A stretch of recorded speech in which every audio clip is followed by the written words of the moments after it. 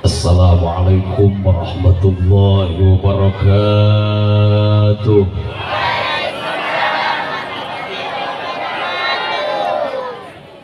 Bismillahirrahmanirrahim. Alhamdulillahil wahid fi dzatihi wa sifatihi alladzi arsala sayyidana Muhammadan lil khalqi bit tauhid bi bahiri ayatihi. Wassalatu wassalamu ala urusir rusuli wa sayyidi kulli man laka alaihi syahadatan wa ala alihi wa ashabihi fi husni wa ziyadah amma ba'du. Qala Allah ta'ala fil Qur'anil Karim, a'udzu billahi minasy syaithanir rajim, bismillahirrahmanirrahim. Laqad ja'akum rasulun min anfusikum azizun 'alaihi ma 'anittum harisun 'alaikum bil mu'minina raufur rahim. Fa in tawallaw faqul hasbiyallahu la ilaha illa huwa 'alaihi tawakkaltu wa huwa rabbul 'arsyil 'azim. Shadaqallahul 'azim. Wa sadaqa rasuluhun nabiyul habibul karim wa nahnu ala dhalika minasy syahidin wasyakirin walhamdulillahi rabbil alamin. Wa qala nabiyuna wa habibuna Muhammad, man ahya sunnati faqad ahabbani wa man ahabbani kana ma'i fil jannah. Wa qala aidan innama bu'itsu li utammima makarimal akhlaq.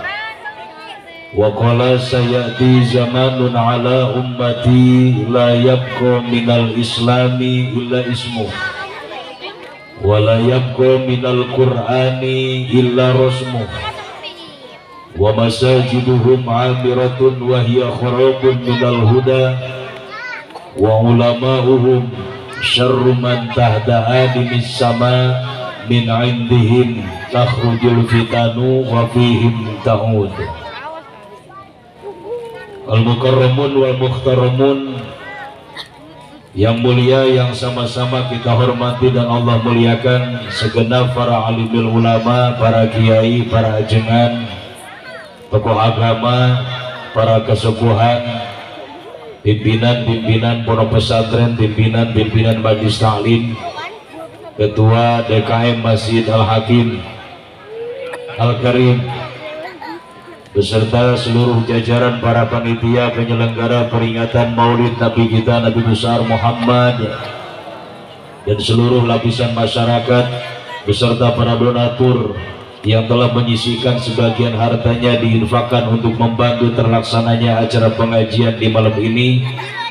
Mudah-mudahan apa yang sudah diinfakkan di jalan Allah, baik harta, tenaga, pikiran dan lain sebagainya, dibalas Allah dengan pahala yang melipat ganda dari dunia sampai akhirat. Amin. Akhirul kiram, pimpinan acara, para qori yang baru saja menyampaikan dan membacakan ayat suci Al-Quran, tak lupa aparatur pemerintah, Bapak RT, Bapak RW, Bapak Lurah beserta Ibu, Bapak-bapak haji, ibu-ibu hajah, calon haji, calon hajah, calon-calon tamu Allah Subhanahu wa ta'ala. Saya doakan yang hadir malam ini, yang belum berangkat ibadah haji, pulang hadir, ada panggilan dari Allah untuk melaksanakan ibadah haji. Ada yang belum berangkat? Ada? Oh, masih banyak ya. Pengen ibu naik haji? Pindah ke depan. Depan banyak Pak Haji. Kagak mau gua naikin haji, pengen daftar kagak. Ini kan penyakitnya. Mudah-mudahan ada rezekinya di Allah Subhanahu wa ta'ala. Amin. Para pemuda-pemudi, santriin wa santriat rahimakumullah yang dimuliakan Allah, tak lupa sahibil wasilah, sahib saya, teman saya yang sudah 30 tahun tidak bertemu, alhamdulillah dipertemukan lagi oleh Allah Subhanahu wa ta'ala. Al-Mukarram Ustaz Soleh, Dulu satu pesantren sama saya, alhamdulillah kemarin silaturahmi dengan para kesepuhan ke Bogor, dan Allah pertemukan kembali, bisa silaturahmi lagi sampai malam ini. Mudah-mudahan panjang umur, sehat walafiat, ditambah keberkahan oleh Allah Subhanahu wa taala. Bapak Ibu jamaah sekalian yang dimuliakan Allah Subhanahu wa taala, tak lupa tim hadir Marawis yang mengiringi kita dengan sholawat dan nasyid-nasyidnya yang dimuliakan Allah. Pertama, mari bersama-sama kita panjatkan terlebih dahulu puja puji dan syukur kehadirat Allah yang Maha Ghafur dengan ucapan alhamdulillah. Kita semua masih dipanjangkan umur, sehat walafiat, masih diberikan anugerah kesempatan waktu untuk mencari keridhaan Allah Subhanahu wa taala dengan menghadiri acara pengajian peringatan Maulid Nabi di malam ini. Mudah-mudahan duduknya kita, kumpulnya kita di tempat yang mulia ini senantiasa menjadikan wasilah dan sababiah turunnya rahmat, ampunan serta ridho Allah untuk kita semua. Salawat dan salam semoga diaturkan kepada junjungan alam yang mulia Nabi kita, Nabi besar Muhammad.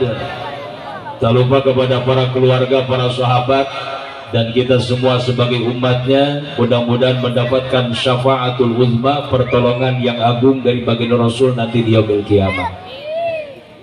Nabi kita Muhammad sallallahu alaihi wasallam adalah manusia yang paling dimuliakan Allah, manusia yang paling dicintai Allah Subhanahu wa taala, sehingga Nabi disebutnya juga Habibullah, Habibur Rahman, kekasihnya Allah Subhanahu. Saking mulianya Nabi, keringatnya Nabi saja Pak lebih wangi daripada minyak kasturi. Keringatnya, kalau Nabi berkeringat, sahabat berebut pengen keringatnya Rasulullah. Kalau bapak pulang kerja berkeringat, kira-kira anak bapak berebut nggak? Boro-boro istri aja ngejauhin, betul. Keringatnya Nabi lebih wangi daripada minyak kasturi. Ludahnya Nabi jadi obat. Dalam sejarah dikatakan ketika Nabi mau hijrah dari Mekah ke Madinah, Nabi ditemani oleh sahabat tercintanya Abu Bakar Siddiq. Nabi naik ke Jabal Sur. Jangan dulu ketawa Bu, gedungnya belum keluar.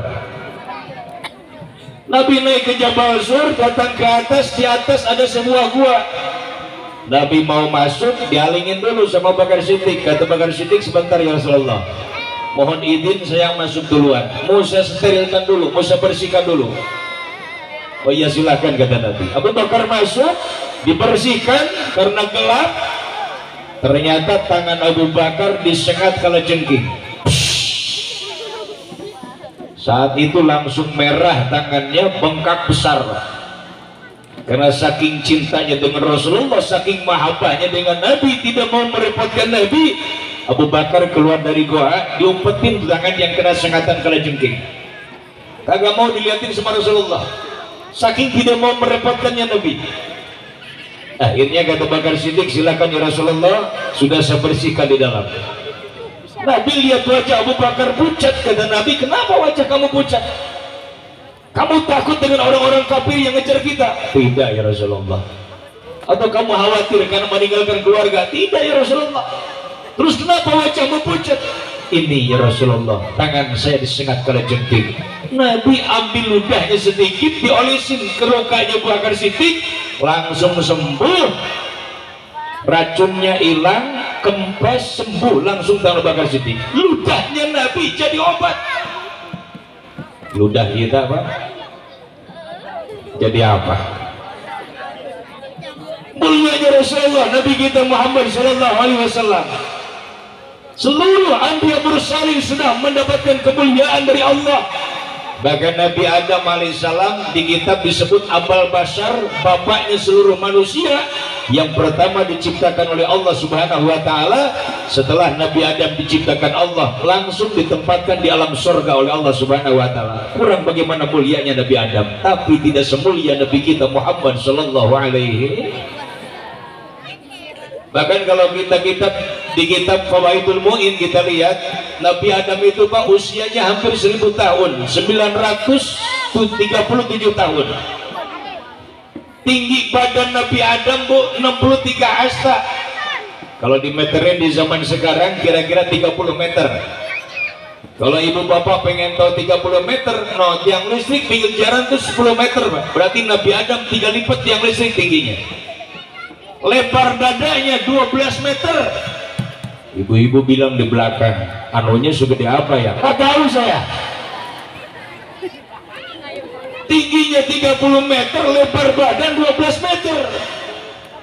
Usianya hampir 1000 tahun.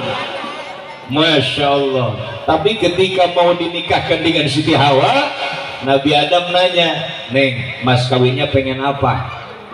Pengen emas, permata, mau seluas lautan Hindia, saya siapin ke Nabi Adam. Nggak perlu bang, yang begitu mah di sini juga banyak. Pengen apa? Saya pengen yang ngampar berkahnya dunia akhirat. Ya pengen apa kata Nabi Adam? Bacakan sholawat kepada Nabi kita Muhammad sallallahu alaihi wasallam. Padahal Nabi kita belum lahir saat itu, wujud manusianya belum ada, tapi umat terdahulu sudah bersolawat kepada Nabi kita Muhammad sallallahu alaihi wasallam. Makanya saya bangga tadi datang ke sini, kita semua marhaba baca solawat. Ini bukti cinta kita kepada Nabi kita Muhammad sallallahu alaihi wasallam. Kata Nabi Adam, berapa kali Neng baca solawatnya? Kata Siti Hawa, nggak usah banyak-banyak bang, 1000 kali aja sekali napas. Bengong Nabi Adam, suruh baca sholawat 1000 kali sekali napas. Tapi karena pengen nikah dengan Siti Hawa, akhirnya ditarik napas Nabi Adam. Diajarin sama malaikat Jibril, kata malaikat Jibril, Dam, begini nih baca sholawatnya. Sallallahu alaihi, belum kompak. Sallallahu alaihi, sallallahu alaihi, sallallahu alaihi, sallallahu alaihi. Maka sampai sekarang dinamakanlah sholawat Jibril, karena yang ngajarinnya waktu itu malaikat Jibril. Dibaca sama Nabi Adam, diminta 1000 kali, 1 kali napas, baru sampai 300 balik.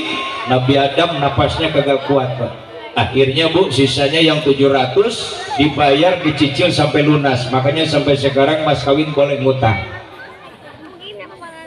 Bang kata ibu, mas kawin segede apa mesti diutang? Maaf, di kita memang bicara mahar kecil Pak. Bogor, Jakarta, Bekasi samalah. Di Bogor sekarang sedang tren mas kawin itu seperangkat alat sholat. Selesai nikah dibuka di parsel, ada Quran, sejadah, mukena, ada tasbih. Satu lagi ketinggalan, musolahnya gak ada. Kan sepaket harusnya mau musolahnya itu. Tapi ketika bicara mahar di Arab ini sangat besar. Mungkin orang sini ada yang pernah mukim di Arab.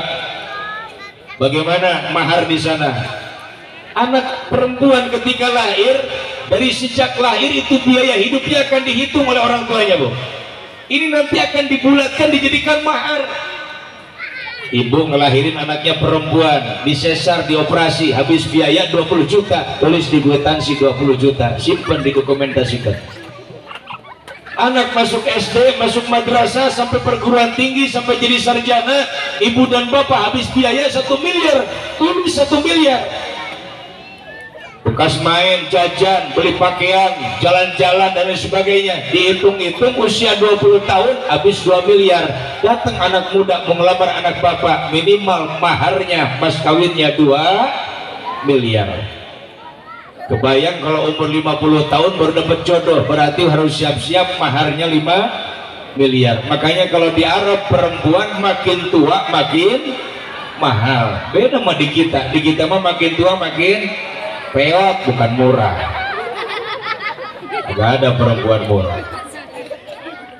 Semua anbiya mursalin bahkan Allah berikan mukjizat, sudah dimuliakan Allah, tapi tidak semulia Nabi Muhammad sallallahu alaihi wasallam. Walaupun Nabi manusia paling dicintai Allah, paling dimuliakan Allah, tapi dalam kehidupannya tetap saja imannya diuji oleh Allah Subhanahu wa Ta'ala. Bahkan Nabi sebelum lahir ke alam dunia baru 2 tahun 2 bulan dalam kandungan ibundanya Siti Aminah, ayahandanya Sayyid Abdullah meninggal dunia. Nabi lahir ke alam dunia sudah dalam keadaan yatim, baru usia 6 tahun ibundanya pun sama meninggal dunia.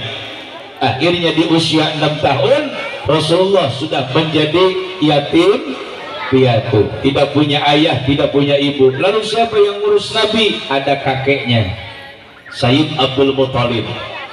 Makanya sampai ke kita sekarang kan udah jadi kaprah Pak, jadi kebiasaan kalau ada anak meninggal, orang tuanya meninggal, kalau kakek neneknya masih ada, pasti yang ngurus kakek neneknya, betul? Di sini ada yang ngurus cucu nggak? Pasti ada. Dari dulunya begitu, Nabi diurus sama kakeknya. Makanya ada bahasa lebih sayang sama cucu ketimbang sama anak, betul?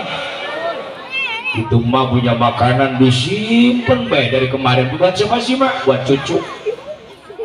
Itu abah beli mainan banyak banget pak, buat siapa? Buat cucu gua. Cucu aja yang diingetin, betul? Ya Allah ya kan, sampai anak mau dihitan. Kalau dulu kan dihitan, yang hitannya bengkong. Kalau dulu belum ada dokter spesialis hitan seperti sekarang. Anak kalau dihitan sama bengkong biasanya suka di apa pak? Dilahun, dipangku, digendong sama kakeknya. Bengkong datang, kata bengkong, siapa nih yang mau lahunnya ini? Itu tuh ada kakeknya baru pulang dari musola.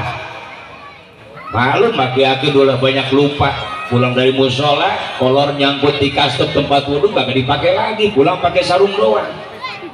Pas ngelahun cucunya, kata bengkong, bah tutup pintu, muka anak terliatin peso bengkong, anak ketakutan lari duluan, ngangkatin sarung salah ngangkat. Bukan sarung anak yang diangkat, malah sarung si aki. Anak dari bawah ke atas ketutup, punya siapa? Nonton. Bengkong tukang iseng, kata bengkong, ini anak gede amat pistolnya ya. Ditekankan sedikit kerasa berendingin banyak, pisau atau kan besi lah, jangan disunatin, gua mau udah disunat, kata siapa. Sampai kagak jadi tuh nyunatin cucunya. Ya mah yang dimuliakan Allah Subhanahu wa Ta'ala, 2 tahun ngurus Nabi, sama kakeknya pun meninggal dunia. Akhirnya di usia 8 tahun Rasulullah sudah tidak punya ayah, tidak punya ibu, kakek pun meninggalkannya. Lalu siapa yang ngurus Nabi berikutnya? Ada paman tercintanya Sayyid Abu Thalib. Dari usia 8 tahun mulai Nabi diajarkan ilmu usaha, ilmu dagang, ilmu bisnis, ilmu perang dan lain sebagainya. Nabi diajak dagang ke negeri Syam. Negeri Syam saat itu pusat perdagangan. Nabi ngambil dagangan dari seorang perempuan kaya di Mekah, janda paling kaya, saudagar kaya siapa? Khadijah binti Khuwailid. Nabi jalan ke negeri Syam dagang, Pak. Pulang dagang setor ke Siti Khadijah. Makin hari Siti Khadijah memperhatikan, setelah Nabi Muhammad mengambil dagangan dari Siti Khadijah, Siti Khadijah makin kaya, hartanya makin berlimpah, sampai 1/3 kekayaan Mekah dikuasai oleh Siti Khadijah radhiyallahu anha. Melihat dari kejujurannya Nabi, sabarnya Rasulullah, akhirnya Siti Khadijah makin tertarik kepada Nabi. Maka di saat Nabi usianya 25 tahun, Siti Khadijah saat itu 40 tahun melamar kepada Nabi kita Muhammad Sallallahu Alaihi Wasallam. Nabi mah dilamar Pak, bukan melamar.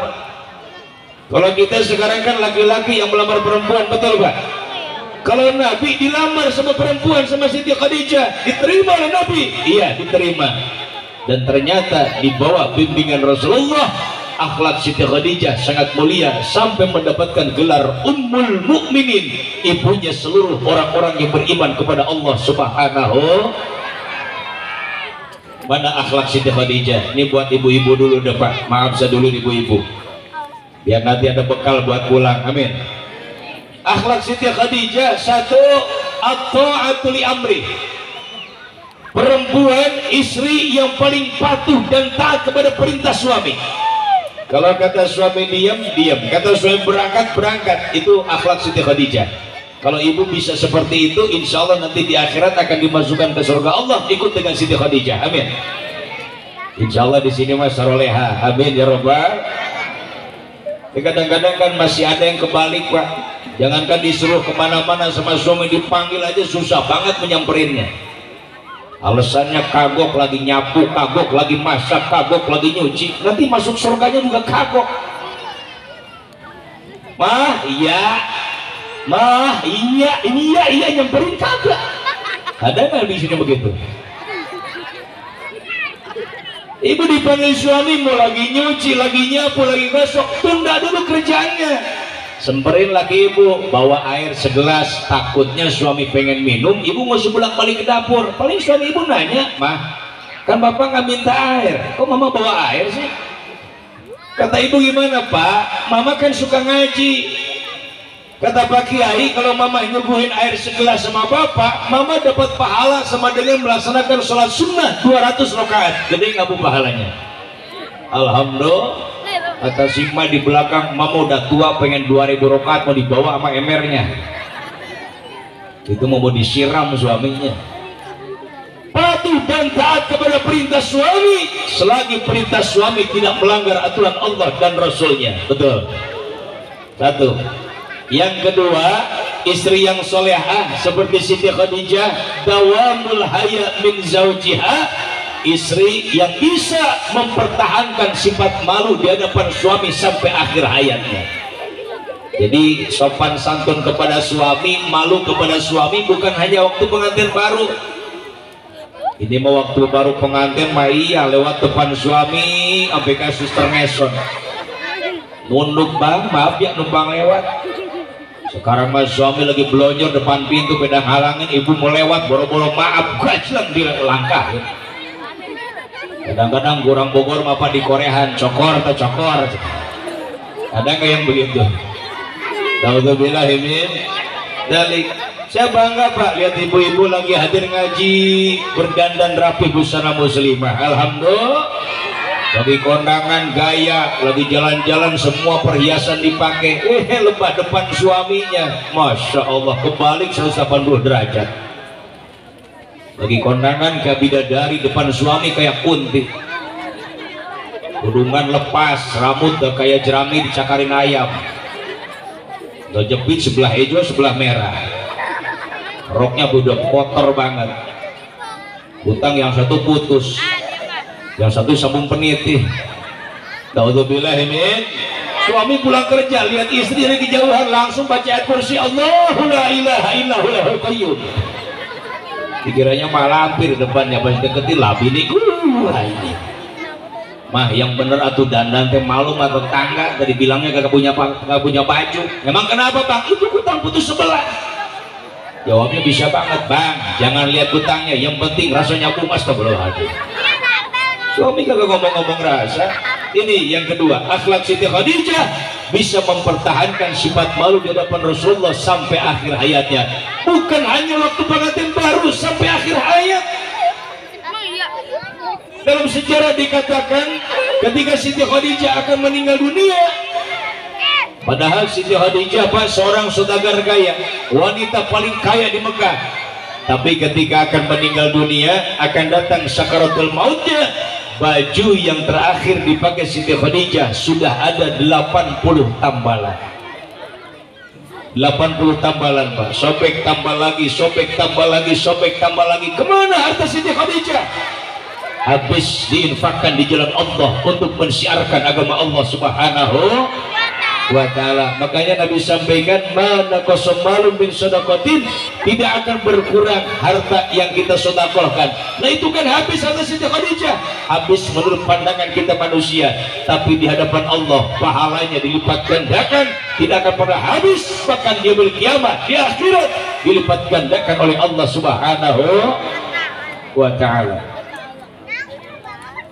Itu bajunya 80 tambalan bahkan saking sopannya Siti Khadijah kepada Rasulullah, mau minjem sorban Nabi kagak berani ngomong langsung, manggil putrinya Siti Fatimah, Neng sini nak, Umi mau ada perlu dikit. Mau ada Umi, kata Siti Fatimah, ini badan Umi sudah lemah nak. Sepertinya sebentar lagi malaikat Jibril akan datang menjemput Umi. Hanya sekarang kain kafan belum ada. Tolong Umi mau pinjam sorban Rasulullah, Umi mau pinjam sorban suami Umi, mau pinjam sorban ayahmu. Tapi Umi malu mau bilang sama beliau, malu sama Rasulullah, mau pinjam sorban malu. Tolong nak sampaikan kepada ayahmu, Umi mau pinjam sorban beliau yang suka dipakai ke Gua Hira kalau menerima wahyu dari Allah Subhanahu wa taala. Siti Fatimah menghadap kepada Rasulullah, kemudian Nabi menghadap kepada Siti Khadijah. Apa kata Nabi? Wahai istriku sayang, istriku tercinta, apakah engkau menyesal hartamu habis dipakai membela agama Allah? Apa kata Siti Khadijah? Tidak ya Rasulullah, sedikit pun dalam hati saya tidak pernah terlintas rasa penyesalan. Justru ya Rasulullah, sebelum saya meninggalkan alam dunia ini, ada satu hal yang ingin saya sampaikan kepadamu ya Rasulullah. Silahkan sampaikan, kata Nabi. Apa kata Siti Khadijah?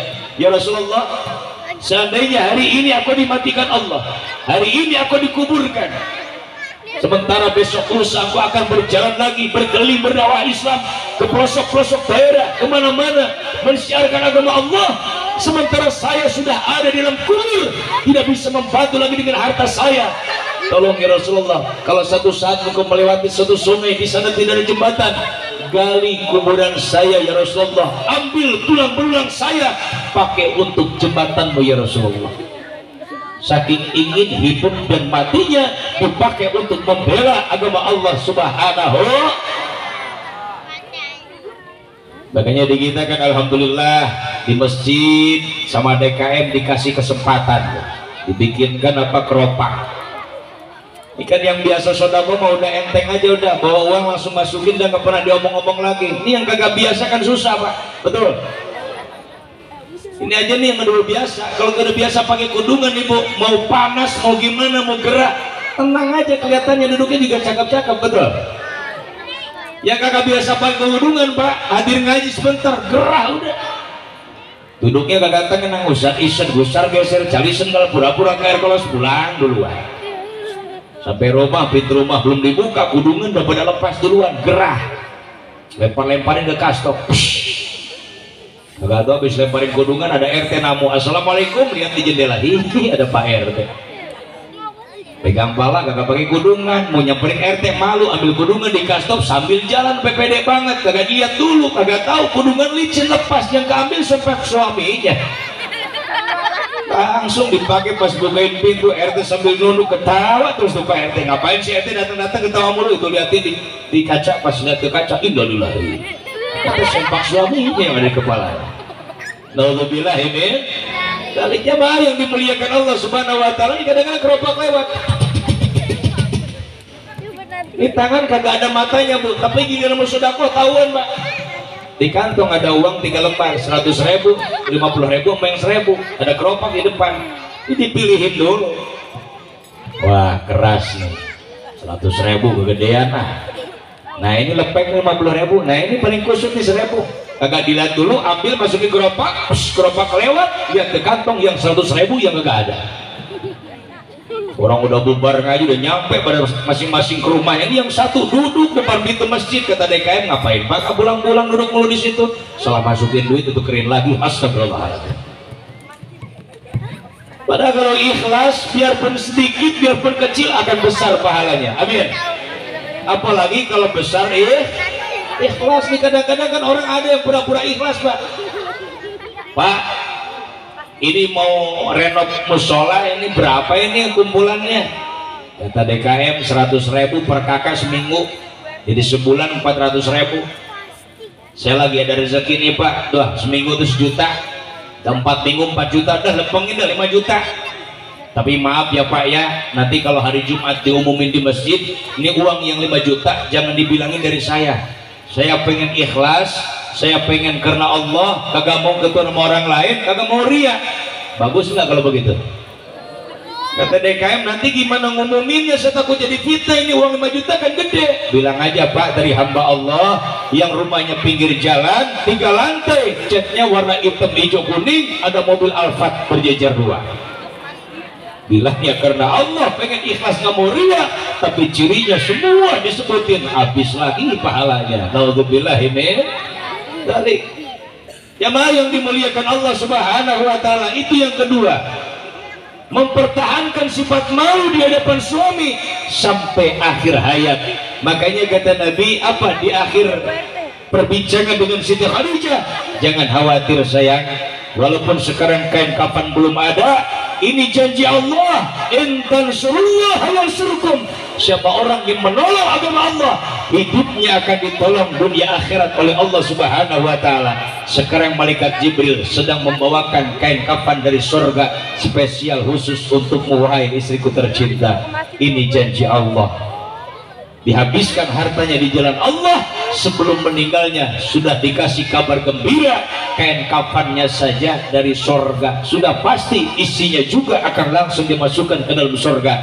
Artinya Siti Khadijah sebelum meninggal sudah dikabarin duluan bahwa beliau sudah mendapatkan jaminan surga dari Allah Subhanahu wa taala. Yang ketiga, istri yang solehah seperti Siti Khadijah ketika akan tidur pasti akan menawarkan dirinya kepada suaminya. Ibu suka nawarin nggak malah gitu? Nah ini pak penyakitnya. Lah kata ibu kagak ditawaran dia dikorehin mulu. Tawarin bu, takut lupa suami ibu. Sekarang malam apa ini? Malam minggu. Ada satu hadis, walaupun ini hadisnya doib, ya kata Nabi, kalau suami jima dengan istri, istri jima dengan suami, apalagi di malam Jumat, itu pahalanya sama dengan bunuh Yahudi 70 Yahudi. Sekarang nih saudara kita sedang perang dengan Yahudi dengan Israel, mudah-mudahan Palestina diberikan kemenangan oleh Allah Subhanahu wa taala. Amin. Ya Allah ya Rabbal alamin. Kita belum bisa berangkat ke sana, doakan. Setiap waktu kirimkan Fatihah, kirimkan doa, mudah-mudahan diberikan kemenangan Palestina oleh Allah Subhanahu wa taala. Datang malam Jumat, udah Pak, selesai sholat Isya, Bapak pulang, Ibu habis sholat Isya di rumah, dandan yang rapi. Biarin depan anak, tawarin suami Bapak, suami Ibu. Pak, mau bunuh Yahudi enggak? Kata bapaknya, ayo Mas, siap. Jam 9 setar kata anaknya, Bapak gua mau perang. Ternyata perangnya di kamar, gol sekali, 70 Yahudi mampus Pak. Sebelum subuh suaminya bangun duluan, mah bangun dong. Ngapain Pak? Nyekekin Yahudi lagi yuk. Kata bininya, Pak mikir yang tadi belum dikubur semua. 70 Yahudinya. Makanya kita umat Nabi Muhammad ini besar pahala. Alhamdulillah. Ibu nyuci pakaian suami jangan banyak-banyak, satu saja tapi ikhlas karena Allah, ibu diangkat 1000 derajat, diampuni 1000 dosa. Alhamdulillah. Insyaallah umat Nabi Muhammad walaupun hidup di alam dunianya tidak terlalu lama seperti umat-umat terdahulu, tapi ketika kita beribadah kepada Allah Subhanahu wa taala, ibadah kita diterima Allah, pahalanya dilipat gandakan melebihi umat-umat terdahulu pahalanya. Amin ya Rabbal. Coba sekarang nih kita kumpul di sini memperingati Maulid Nabi, insya Allah pahalanya besar. Langkah kita jadi pahala, amin. Duduknya kita diampuni dosa, amin. Diangkat derajat dunia akhirat oleh Allah Subhanahu wa taala. Para panitia yang berjuang dengan masyarakat di sini, para kesepuhan tokoh masyarakatnya, tokoh ulamanya, tokoh agamanya, mudah-mudahan semuanya dipanjangkan umur, diberikan keberkahan dunia akhirat oleh Allah Subhanahu wa taala.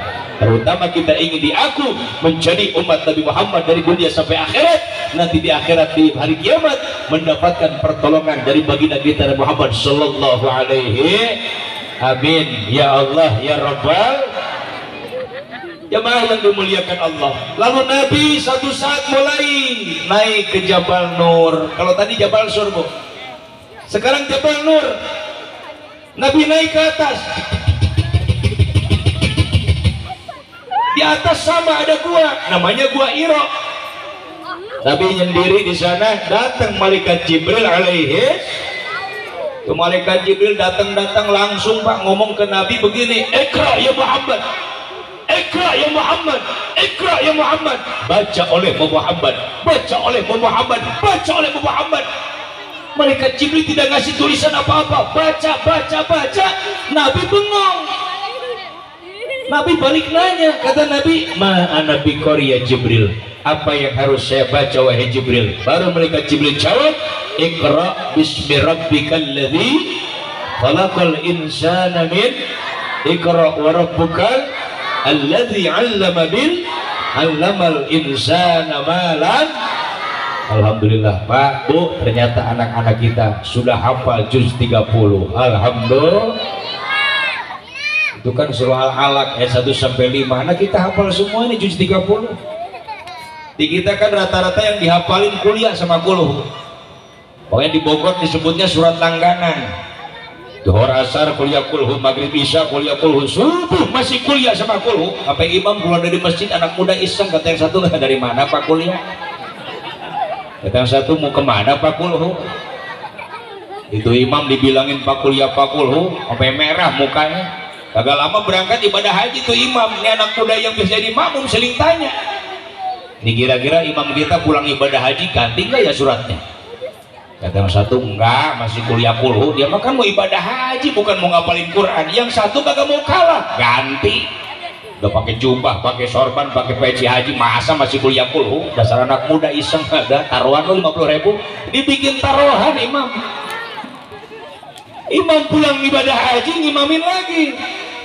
Ghairil maghdubi alaihim waladdallin. Kata makmum yang dua, amin. Yang satu sambil nengok, kuliah lo. Kata yang satu, ganti. Imam denger lah, ngomongin gua lagi. Kemarin gua dibilangin Pak kuliah Pak kulhu, sekarang kuliah kulhu lagi. Kebetulan imam di Mekah bangun subuh kesiangan, mau sholat subuh ke masjid kesiangan, akhirnya sholat di hotel. Ada orang Indonesia ngimamin, baca inna ataina, kan pendek.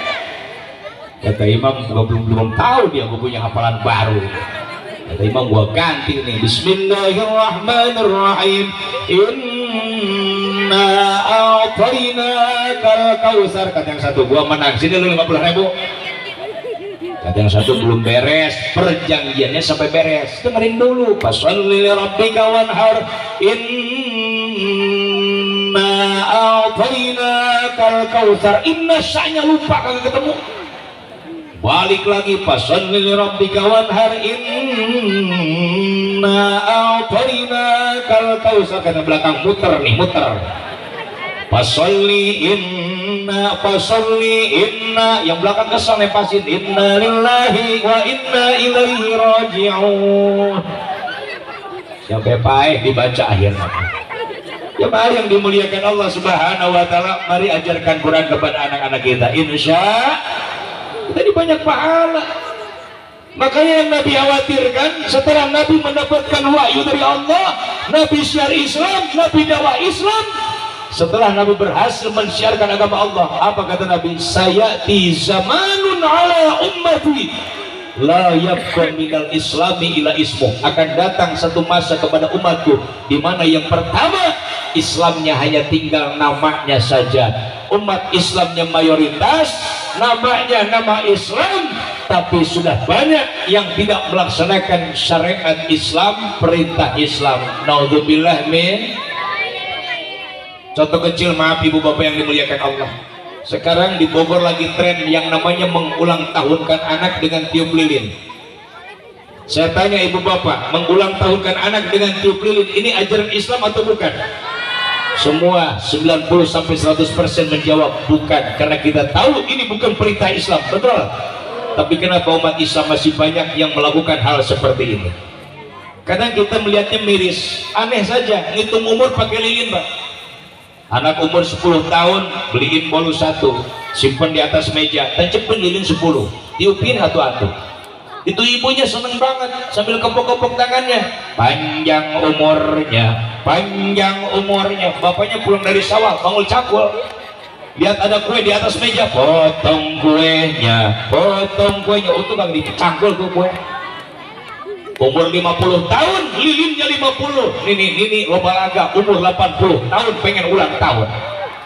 Diulang tahun kan sama cucunya, beliin bolu 1, tancepin lilin 80, nyalain semua, tiupin atu-atu, habis napasnya, mati langsung. Naudzubillah min. Maaf, bukan saya fanatik. Nabi tidak melarang ulang tahun, bahkan Nabi mau ulang minggu. Tapi ditanya sama sahabat, ya Rasulullah, kenapa sih engkau setiap hari Senin berpuasa? Kata Nabi, karena hari Senin adalah yaumul wulidtu, hari kelahiranku, kata Nabi. Nabi mengulang minggukan hari kelahirannya dengan berpuasa. Ini ajaran Nabi, ini ajaran Islam. pengen ting mang ulang tahun ke anak, boleh, silakan. Undang para kiai, tokoh masyarakat, jemaah pengajian, tetangga semua, jangan dipilih, semua suruh hadir. Anak yatim suruh duduk paling depan.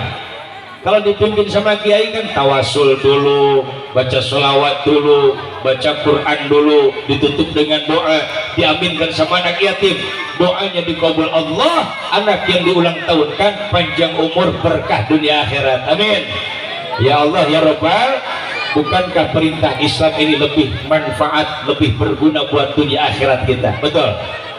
Coba yang dimuliakan Allah. Yang kedua, sekarang mewariskan nama sama anak saja. Kalau dulu orang tua kita Pak mewaris nama kepada anak suka datang ke kiai dulu. Pak Kiai, saya mau nanya ini, ada apa Pak?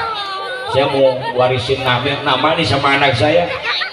Kira-kira siapa ya Kiai namanya? Saya minta Pak Kiai dikasihnya nama dari mana? Satu dari Asmaul Husna. Udah kasih nama Abdurrahman. Itu kan Asmaul Husna Ar-Rahman. Ini yang perempuannya siapa? Siti Rahmaniyah. Satu lagi Pak Kiai yang ini Abdul Aziz. Yang perempuannya Siti Azizah. Itu dari Asmaul Husna. Saya mah pengen nama malaikat, boleh. Di kita banyak kok nama Muhammad Ridwan. Itu kan nama malaikat penjaga surga. Orangnya lembut, cakep, putih. Namanya Muhammad Ridwan, penjaga surga. Senyumnya manis. Ada lagi siapa namanya? Malik. Makanya kita dulu punya wakil presiden Pak Adam Malik. Adam nama Nabi, Maliknya nama malaikat. Kata ibu, anak saya lagi semua tumpat, udah nama malaikat semua. Siapa namanya? Jibril, Mikail, Israfil, Ijrail. Udah gede anak jebar Pak, pada kerja dong di Bogor, di Bandung, di Tangerang, di Jakarta. 2 bulan kemudian ibunya sakit parah, bapaknya nelpon, lu pada pulang, ibu lagi sakit parah di rumah. Yang pertama datang Ijrail. Bapaknya manggil-manggil, "Ma, Ijrail udah datang, gue belum pengen mati," kata istri. Dikiranya malaikat Ijrail yang datang. Boleh nama malaikat, silakan. Mau pakai nama Nabi, boleh. Siapa namanya? Ibrahim. Yang ini Ismail. Hanya anak sekarang nama sebagus-bagus, baik-baik dari orang tua suka pada diganti, betul Pak? Waktu kecil Ibrahim, udah gede, siapa nama lu? Bram. Waktu kecil Ismail, udah gede jadi Michael. Jangan nama yang sudah sesuai dengan perintah Islam jangan dirubah lagi. Sudah pertahankan sampai akhir hayat, insya.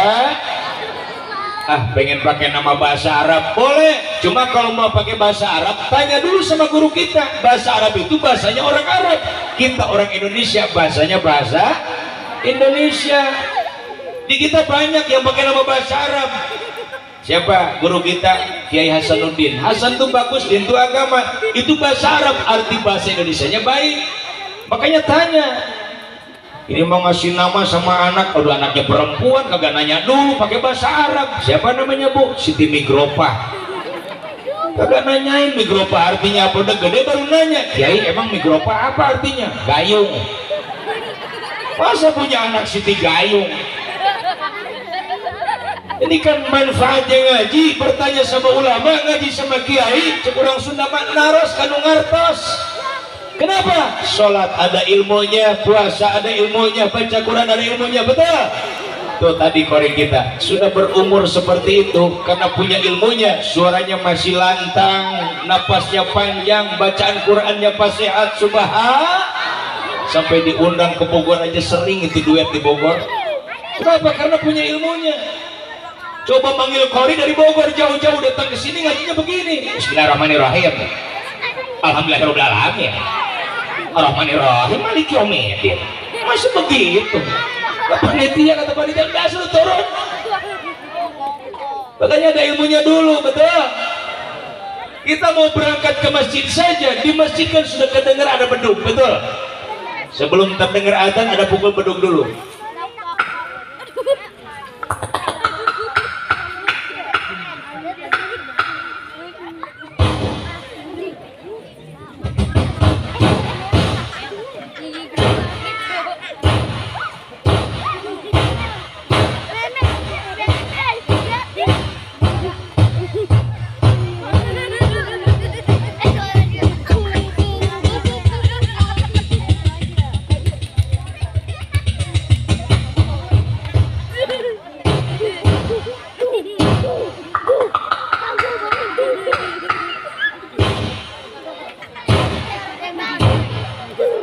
Sama Pak Bedung Bu, sama.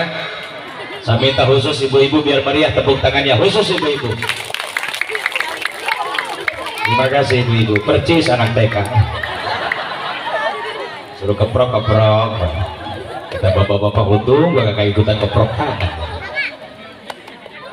Ya ternyata pukul beduk juga ada ilmunya. Itu diajarkan dari zaman para wali dulu Bu. Kalau di Bogor yang barusan itu beduk maghrib.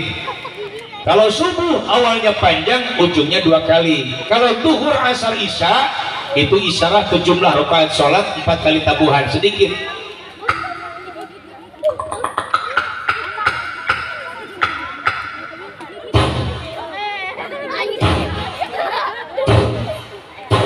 Dah 4 kali. Karena sholat duhur, asar, isya 4 rakaat. Ini mau ada aki-aki mau pukul beduk, datang anak muda main serobot, diambil tuh pentungannya. Bah, saya pukul beduk. Aki-aki masuk ke masjid, ke musola, nggak boleh pukul beduk gak pakai aturan.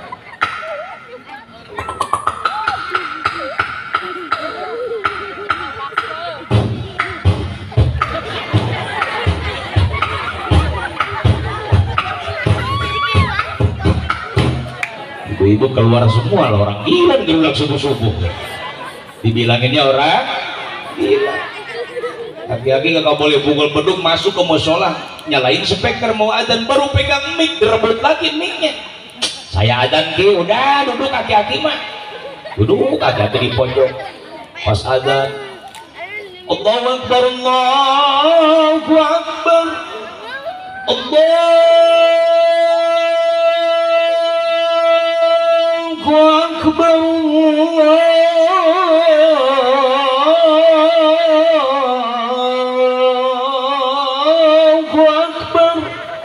Kata aki-aki ini anak enakeun adzannya mah. Mau gua sakit hati ditendang tadi. Duduk lagi ke pojok. Bahaya ala sholat saking panjangnya lupa sama ujungnya. Hayya ala sholat.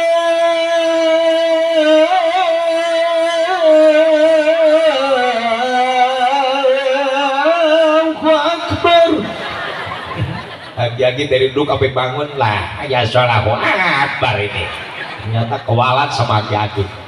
Hati-hati anak muda nih, anak-anak, sama orang tua sama guru biar tawadu, insya. Karena syariat kagak ada anak kalau kagak ada orang tua, betul? Coba ibu ngandung 9 bulan capek nggak Bu? Bu, ibu, Bu ngandung 9 bulan capek nggak? Ngelahirin sakit nggak? Atau ngandung lagi? Inilah ibu-ibu Pak, Allah sakit, capek, pelenung lagi. Makanya ada lagunya, ibu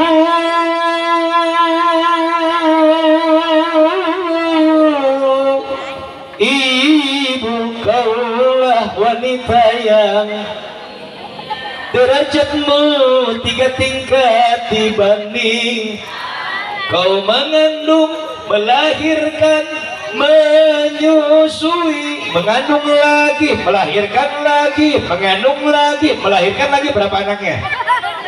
Hitung yang perhatian. Ya Allah ya Karim, subhanallah. Ibu 9 bulan ngandung begitu capeknya, apalagi disatakan melahirkan. Di situ ada bahasa menaruhkan nyawa, betul Bu? Tidak sedikit ibu-ibu melahirkan sampai ada yang meninggal dunia karena saking sakitnya melahirkan anak, betul? Yang di sini Pak, setianya kita seorang suami tunjukkan sama istri ketika istri kita akan melahirkan, harusnya suami mendampingi istri yang akan melahirkan. Ibu, kalau ibu mau ngelahirin anak, suami ibu mendampingin ibu, ibu seneng nggak? Oh Pak, jawabnya seneng. Minimal suami bisa bantuin doa ngeden lagi. Ini ajaran dari mana ngeden? Ngedoa, ibu yang ngeden, suami ngeden mengeluarkan apaan? Ibu bapak jamaah sekalian yang dimuliakan Allah subhanahu wa ta'ala, Nabi syiar Islam, Nabi dakwah Islam. Satu, Nabi dibekali ilmu dulu oleh Allah subhanahu wa ta'ala. Maka kita umatnya ambil hikmah dari peringatan maulid Nabi yang pertama, jangan pernah merasa lelah untuk mencari ilmu Allah subhanahu wa ta'ala, insya. Makanya doakan guru-guru kita biar dipanjangkan umurnya, amin. Disehatkan jasmani rohaninya oleh Allah subhanahu wa ta'ala, sehingga terus bisa memberikan ilmu Allah, mengajarkan ilmu Allah kepada kita semua, amin ya Rabbal alamin. Maaf Pak, jangankan dalam sholat, jangankan ibadah haji, jangankan baca Quran, apalagi baca kitab kuning yang kagak ada patah kasur domanya. Kita ini ada masjid. Ini masjid di pinggir sini ada jalan. Mungkin kalau siang motor rame ke sini, betul Pak? Pas kedengeran adzan, hayya 'alas shalah. Karena pakai speaker kedengeran kemana-mana. Ada aki-aki dari seberang belah sono mau sholat ke masjid. Jalan dia udah capek, pas mau nyebrang jalan lihat motor banyak rame, aki-aki bengong. Kapan gua nyebrangnya ini? Rame amat ini motor. Lama dia berdiri sampai pegal kaki. Pas sepi sedikit, buru-buru nyebrang jalan dia mau sholat ke masjid. Kagak biasa olahraga ditambah faktor usia sudah tua, baru nyebrang jalan kecapean. Habis nyebrang kagak masuk ke masjid, di pinggir masjid pinggir jalan nunduk sambil megangin lutut. Lama-lama nunduk dari belah sono ada anak muda merhatiin. Kata anak muda, nih aki-aki dari tadi nunduk terus ini. Kayaknya nih aki-aki pulang sholat bingung dia mau nyebrang kagak bisa. Padahal baru beres nyebrang dia mau sholat. Ini anak muda pede banget, di sini gua harus ibadah, gua tolongin nih aki-aki. Disamperin kagak ditanya dulu, main gerowak dipangku, digendong langsung diseberangkan lagi. Ini kira-kira aki-aki bilang terima kasih apa marah? Ambil melototnya aki-aki, brengsek lu ngapain gue diseberangkan lagi goblok. Anak muda kagak nerima diomelin aki-aki. Aki-aki kagak tahu diri. Orang mabah ditolongin bilang makasih, abang mau ngomelin saya, marah-marah sama saya. Abang lagi banyak masalah ya, masalahnya lu goblok. Anak muda makin bingung karena dia tujuannya nolongin ibadah. Emang salah saya apa Bang? Gua baru beres nyebrang, gua mau sholat, ngapain gua diseberangkan lagi? Baru terpikir sama anak muda, lah salah gua. Atau apa kagak ngomong dari tadi? Gimana gua mau ngomong, gua lagi dia bikin sama lu. Udah bahasa seberangin lagi ya, kagak mau gua. Boro-boro dapat pahala, sholat juga sama Bang. Makanya kita diajarkan sholat. Di sholat juga ada sabar, ada tumanina. Saya nggak habis pikir kalau datang bulan puasa. Yang namanya sholat tarawih kayak sholat diuber-uber setan. 20 rakaat tambah witir 3 setengah jam beres. Kita kalau lihat ke Mekah, di Masjidil Haram di Mekah, di Masjid Nabawi di Madinah, tanya sama guru-guru kita yang pernah ibadah umrah di bulan Ramadan. Di sana imam satu malam baca Qur'annya 1 juz. Jadi 30 malam 30 juz khotam Al-Quran dibaca dalam sholat sunat tarawih. Imamnya siapa? Syekh Abdurrahman As-Sudes. Allahu Akbar. Alhamdulillahi Rabbil Alamin Ar-Rahmanir Rahim Maliki Yawmiddin Iyyaka na'budu wa iyyaka nasta'in Ihdinas siratal mustaqim Siratal ladzina an'amta 'alaihim ghairil maghdubi 'alaihim waladdallin.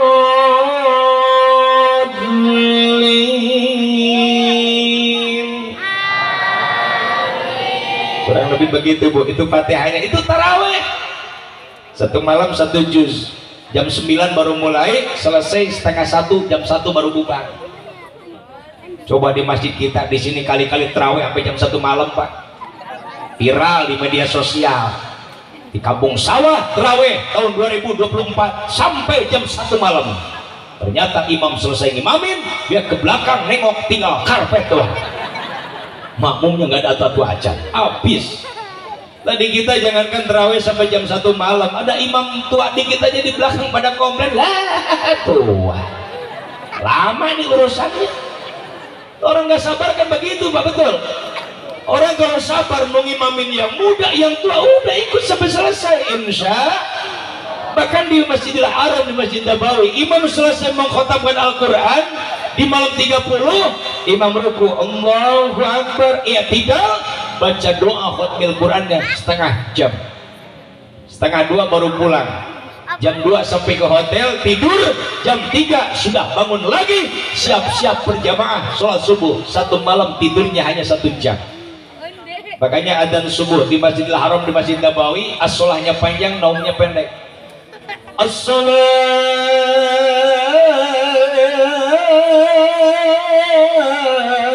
khairum minan naum. Sedikit naumnya, tidurnya sebentar. Di kita kan kebalik, as-sholahnya pendek, naum yang panjang. As-sholatu khairum minan naum. Ada 6 meter mah. Tadi kita kan banyak tidurnya ketimbang sholatnya, betul? Cuma dibangunin istri juga susah banget, Pak. Bedung di masjid. Iya, bedung di masjid. Bangun kagak, tapi nempasin.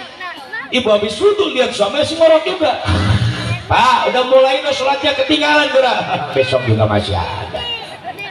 Orang kalau tipis iman kan begitu, selalu cari alasan malas ibadah. Naudzubillah, ibu lama-lama kesel juga. Masuk kamar pakai mukena, ambil sejadah, kagak taunya digelarin depan suami yang lagi tidur. Niatnya kenceng banget. Usolli ala hadal mayyiti. Lari suaminya gua disolatin sama bini gua. Masa umat Nabi Muhammad harus seperti itu? Naudzubillah min dzalik. Jemaah yang dimuliakan Allah Subhanahu wa taala, giliran yang imamin yang muda baru musola penuh, masjid sampai keluar-luar. Kenapa? Seneng yang imamin yang muda. Terus setengah jam beres. Fatihah dibikin 1 kali napas. Allahu Akbar. Bismillahirrahmanirrahim. Alhamdulillahirabbil alamin arrahmanir rahim maliki yaumiddin iyyaka na'budu wa iyyaka nasta'in ihdinas siratal mustaqim siratal ladzina an'amta 'alaihim ghairil maghdubi 'alaihim waladdallin. Sama di Bogor aminnya. Mending amin mujuna doang, min. Bismillahirrahmanirrahim. Yasin. Allahu Akbar. Yasin dong. Sami Allahu liman hamidah. Allahu Akbar. Allahu Akbar. Assalamualaikum warahmatullahi. Assalamualaikum warahmatullahi. Anak kecil, anak muda gilang di belakang. Haha, cocok buat di ekspres.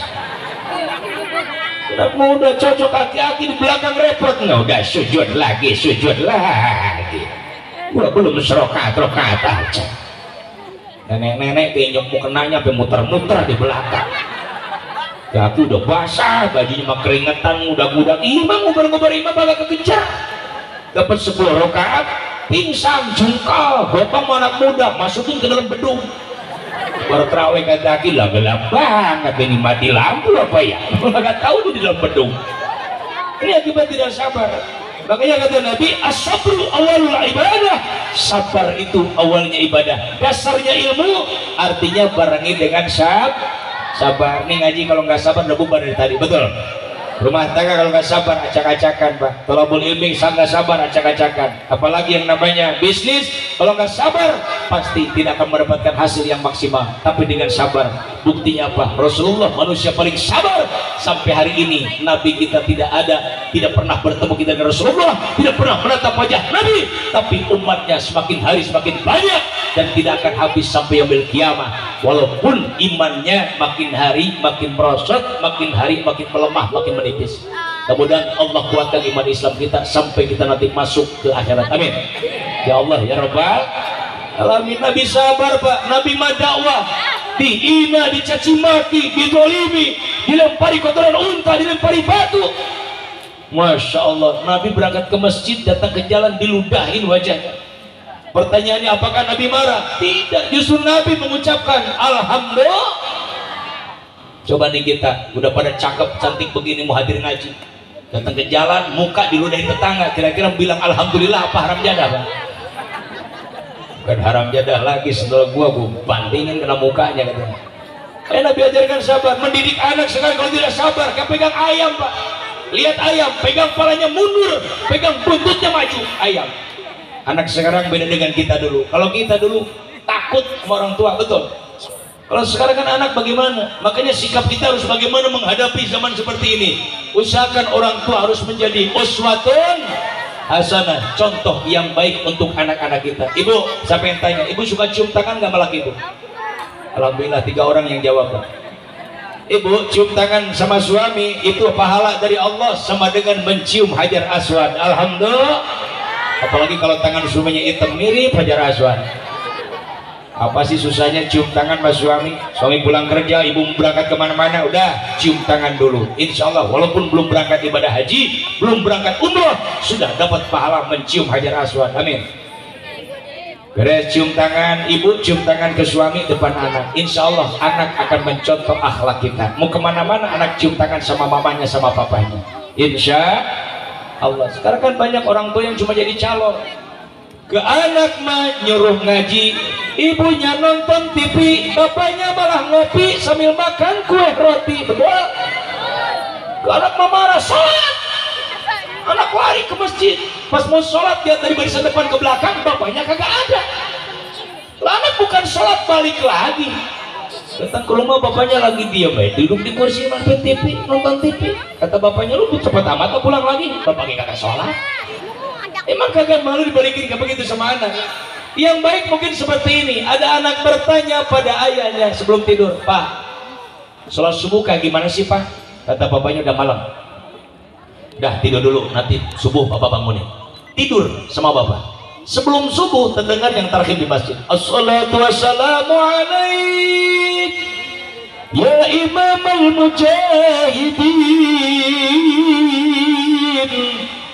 ya Rasulullah.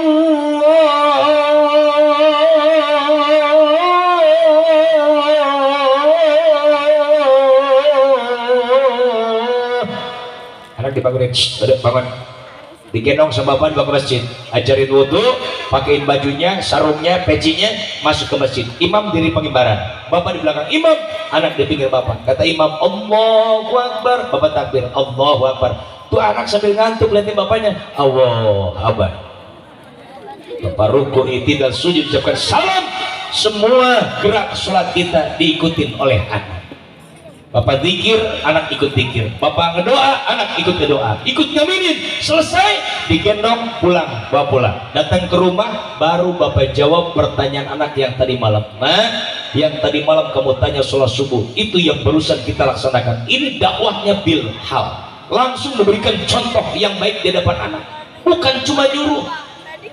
Seorang pemimpin kalau hanya bisa nyuruh sama bawaannya, tapi tidak memberikan contoh akhlak yang baik, tidak akan diikuti oleh anak buahnya. Betul?